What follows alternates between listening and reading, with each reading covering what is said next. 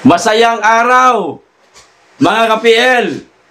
Ipinakakalat ngayon ng mga bangag vloggers, bangag supporters, at bangag na mga nakadikit lagi kay Dayunyor na deepfake daw yung polvoron bidyong pinagpiestahan natin kahapon.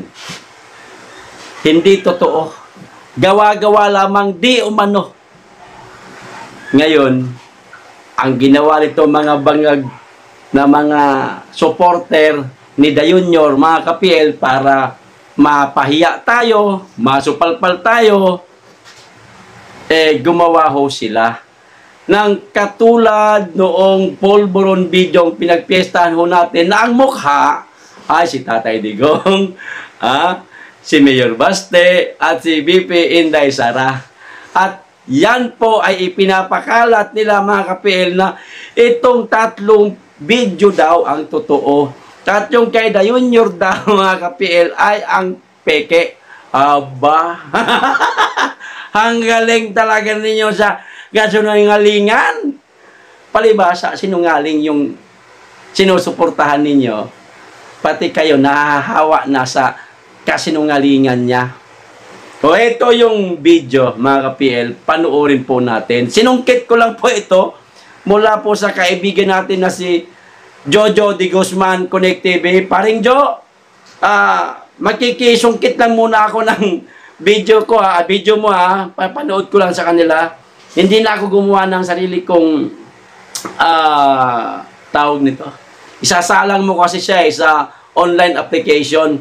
Sarili kong investigasyon. Ayan, parang ganon. Kinuha ko na lang yung video mo kasi hindi ko naman alam saan hanapin yung tatlong video na yan na mukha ni Tatay, ni BP Sara at ni Baste. Minabuti kong para kapadali tayo. Ito na. Para maipakita natin sa mga kababayan natin na ganyan kasalbahe ang mga bangag supporter. Okay, pero bago ka po simulan, mga ka-PL, itong video ni Jojo de Guzman Connect TV, makikisuyo po muna ako sa mga hindi pa po nakasubscribe sa kanya. Baka naman. At paki-click na rin po ang notification bell niya para updated kayo lagi sa lahat ng upload niya. At huwag niyo pong kalimutan, paki-like na rin ang video. At higit sa lahat, mga ka-PL, huwag niyo rin po akong kalimutan, ha? Okay. Ito na po yung video ni Jojo de Guzman Connect TV. At kayo na pong humusga pagkatapos po ninyo mapanood etong video niya. Ang ganda ho ng ginawa niya. Napakagaling ho, mga ka-PL. Kaya, bawat detalye, tandaan po ninyo. Okay? Ito na ho.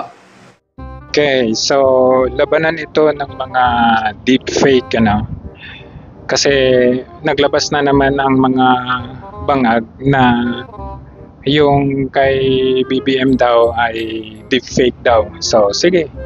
Identify natin kasi may naglabas sila ng deepfake na sila Baste, BP Sara, saka si PRRD. So, ito, tingnan natin. Meron tayong pang-detect dyan. Puntahan natin itong deepware. Pwede nyong gawin kahit kayo. So, go to scanner. Ayan, pagka punta ng scanner, kailangan natin i-upload. Mag-upload tayo ng video. Ayan, dyan dyan.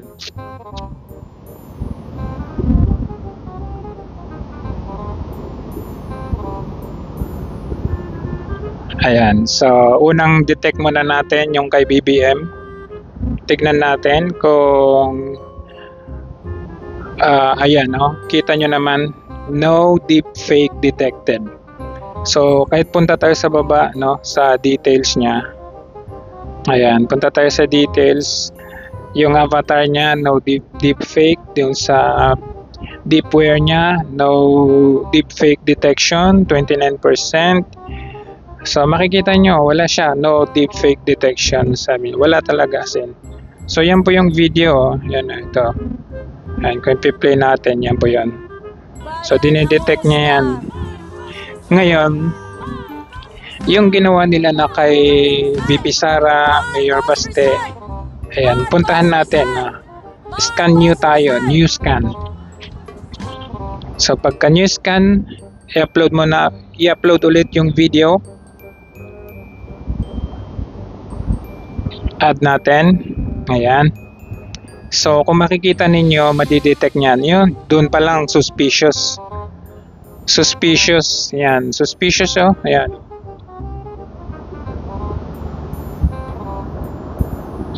Ayan, suspicious siya. Tignan natin sa baba, sa details niya, sa details. Oh, ayan. Deepfake detected.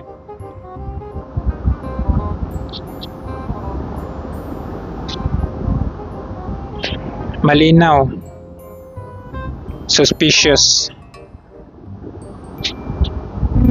So, ano yung ano niyan? Ano yung ayan oh. Ayan. So napakalinaw na suspicious siya. So anong implication nito? Ang ginawa nila, kinuha nila yung original. Ang original ay yung kay BBM. Ngayon, sa kanila ginawa ng AI yung kay BBM para palitan nila yung mukha into Rudy Duterte, Baste at saka Sara. So ito po yung deepfake. Labanan to ng totoong deepfake o hindi. Hindi kasi nila maamin, matanggap na si BBM talaga yan. O yan o, suspicious o. O ano na, talo na naman kayo. Oh, maliwanag, mga ka-PL. Nung isinalang ni Jojo de Guzman ang video ni Da Junior, nakalagay sa itaas, no suspicious, no deepfake detected. Hanggang doon sa baba, sa resulta, wala. Hindi deepfake, mga kababayan, sa madaling salita. Legit, totoo, hindi gawa-gawa. Ha? Kaya wag niyong idadahilan yung tenga na may luga. Ha? Totoo. Sinalang na po ito sa isang online application. Ano tawag nun? Online application. Basta yun na yun. Napanood naman po natin. At yung kay Tatay Digong at kay BP Sara at kay Mayor Baste, mga kababayan, nakita nyo naman siguro, di ba? Isinalang din ni Jojo sa isang online application. Sa itaas, pumalo yung kilometrahe. Kumbaga sasakyan pa, pumunta doon sa kulay orange at naka-indicate po, mga kababayan, na malicious. Gawa-gawa lamang. At nung binaba ni Jojo ang result, tinignan niya ang result, maliwanag. Eto, in-screenshot ko pa nga, deepfake detected 95%. Ito yung kay Tatay Digong kay BP Sara at kay Mayor Baste.